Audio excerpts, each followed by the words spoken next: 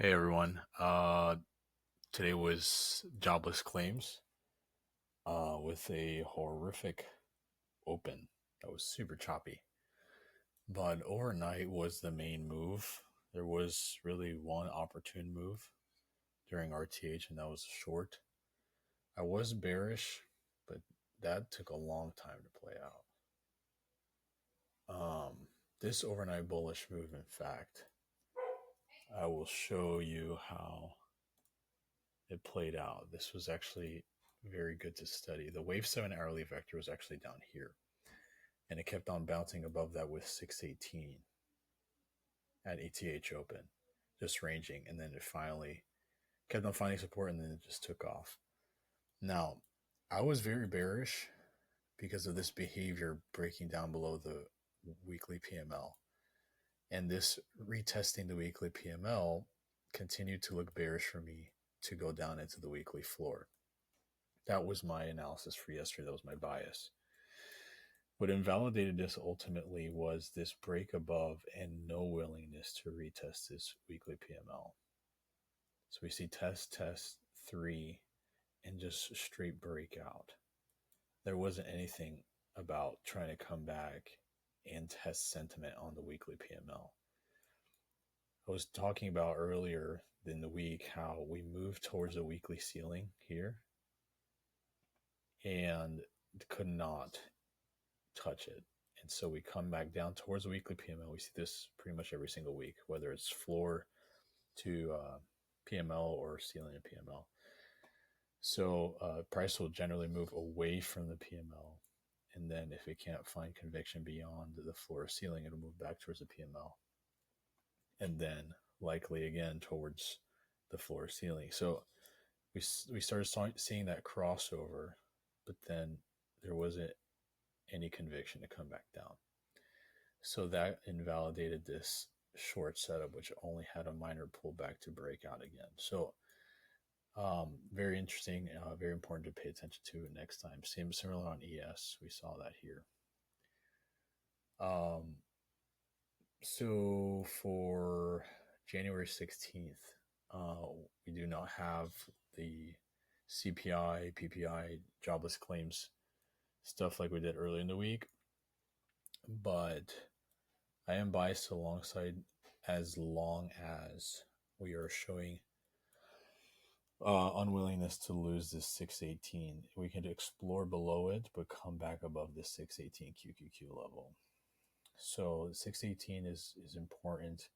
With a look below, I could see this just close down, close these open states, bounce back up, and move up. So 618 is important to watch. And then a move towards this Friday open state, and we have this RTH, so the QQQ open state at 628. This medium range is really nice to kind of just take major profits at 626, but the wave 7 hourly, wave 7 daily are going to be in the way. So I ideally would want to see this type of movement. And then up. Something like this too.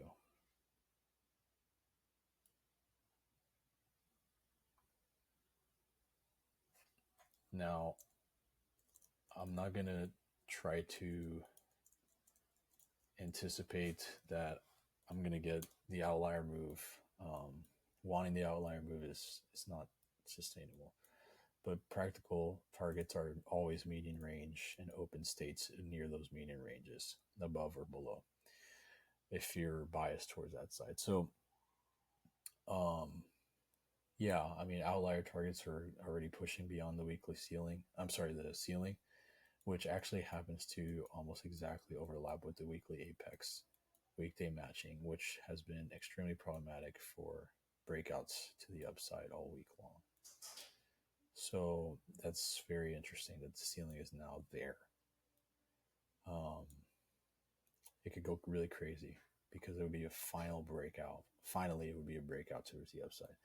On ES, I like this, again, like that move here. You could hide these if you copy the chart. I just leave them on.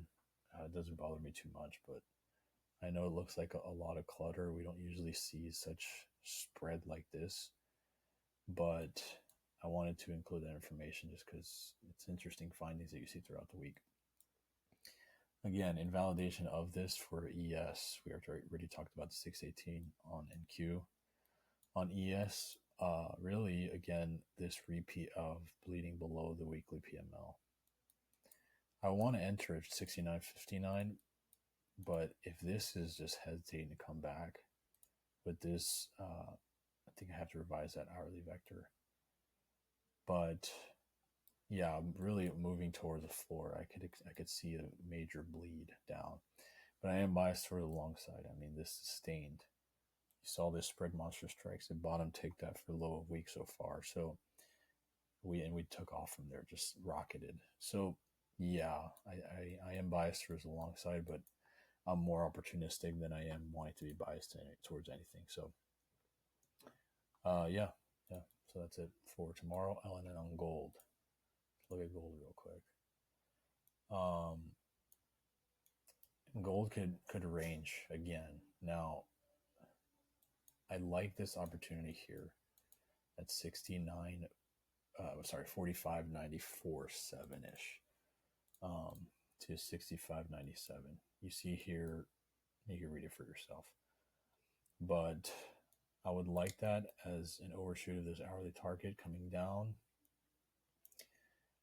In target median range, which should still be this high of week so far, essentially. And yeah, sure, if we get a nice breakout, new highs, we have this RTH, so the GLD open state. So this would be into RTH and just flow up.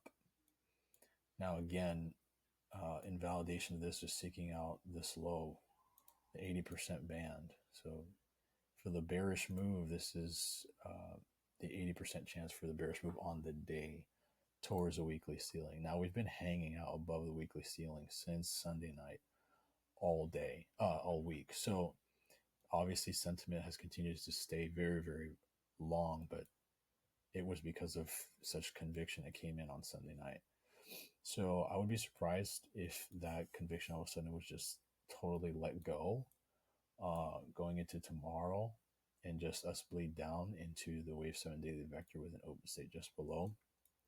I would be surprised in that case, but I don't think that will be the case. Just literally zero tests of the weekly ceiling all week long.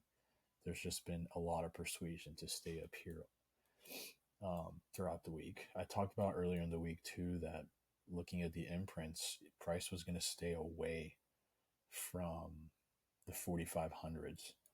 And so you see price would come down to just within about 15 points of the 4500s and continue to find its way above 4600. So it would come down, find its way above, come down, find its way above, come down, find its way above.